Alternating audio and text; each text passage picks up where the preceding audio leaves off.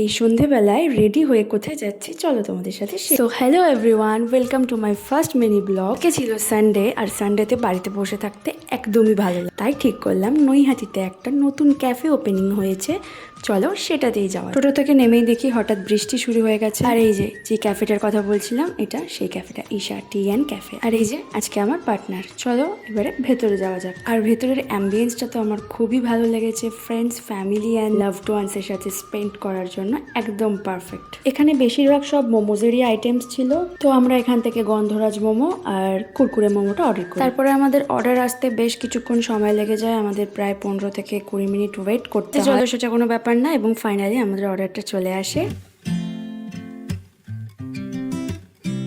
এবার চলো আসা যাক টেস্টের কথা। কুরকুরে মোমোটা আমার সোসো আই থিঙ্ক একটু ক্রাঞ্চি হলে মেবি ভালো হতো, বাট স্যুপটা অসম ছিল। আর গন্ধরাজ মোমোটাও ঠিকঠাক ছিল। তারপর আমরা খাওয়া দাওয়া কমপ্লিট করে বাইরে বেরিয়ে আসি, এবং বেরিয়ে এসে দেখি বৃষ্টি এখনো পড়েই যাচ্ছে, কিন্তু তা বলে কি বাড়ি চলে যাব? একদমই নয়, চলে গেলাম সোজা ফুচকার দোকান। তারপরে মনে হলো এত কিছু খেয়েছি, চলো একটু ডাইজেস্ট করা যাক, তাই চলে গেলাম সোডা খেতে। বাড়ি ফেরার সময় মার জন্য চিকেন উইংস নিয়ে আমার পার্টনারকে টাটা করে ভিজতে ভিজতে চলে এলাম বাড়ি। So yeah, that's for today, bye bye.